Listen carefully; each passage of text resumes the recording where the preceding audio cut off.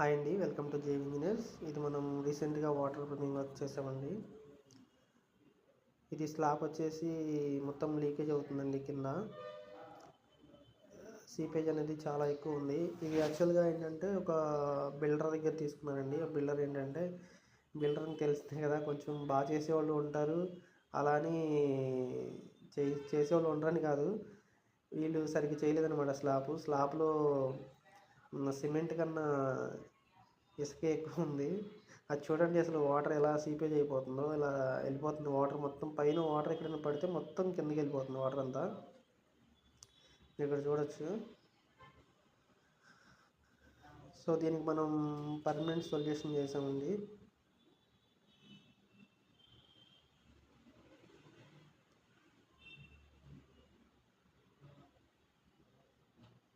చూస్తున్నారు కదా ఎలా వెళ్తుందో వాటర్ కిందకి.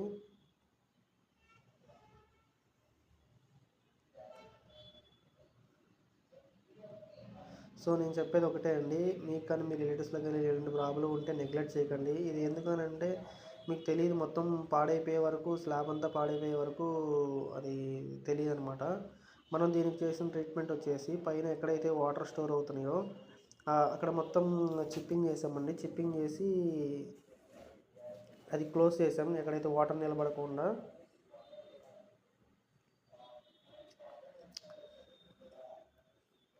అండ్ తర్వాత మనం ఫస్ట్ కోటింగ్ అయితే స్టార్ట్ చేసామండి. ఇది వచ్చేసి మనకి ఎస్బీఆర్ అండి. ఎస్బీఆర్ కోటింగ్ వేస్తున్నాం ఫస్ట్. ఇది ఏంటంటే బాండింగ్ ఏజెంట్ అండి. మనం వేసే కెమికల్స్ కానీ ఈ స్లాబ్కి ఒక బాండింగ్ ఏజెంట్ లాగా వర్క్ అవుతుంది. తర్వాత ఇది మనం సెకండ్ కోట్ వేస్తున్నామండి. ఇది మనకి బ్లాక్ అండి, మనకి స్టార్ కోట్లో దొరుకుతుంది. బ్లాక్ కోట్ అండి, ఇది లైక్ విటమిన్ అండి, విటమిన్ కోట్. ఇది ఒక 2 కోట్స్ వేస్తామండి మనం, వర్టికల్ అండ్ హారిజంటల్.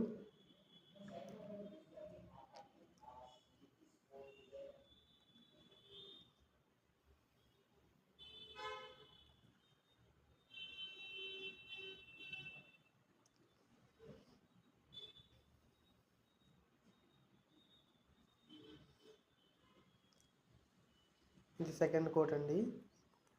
అండ్ మనం నెక్స్ట్ చూసుకుంటే అసలు ఈ స్లాబ్ చూడండి ఎన్ని హోల్స్ ఉన్నాయో స్లాబ్కి.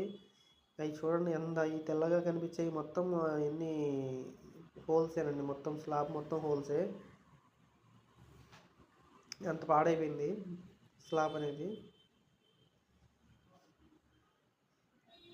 సో చూడండి ఎన్ని ఉన్నాయి, ఆకాశంలో చుక్కల కన్నా దారుణంగా ఉన్నాయండి, అంత ఎక్కువ ఉన్నాయి హోల్స్. సో తర్వాత మనం వైట్ మెంబ్రేన్ కూడా స్టార్ట్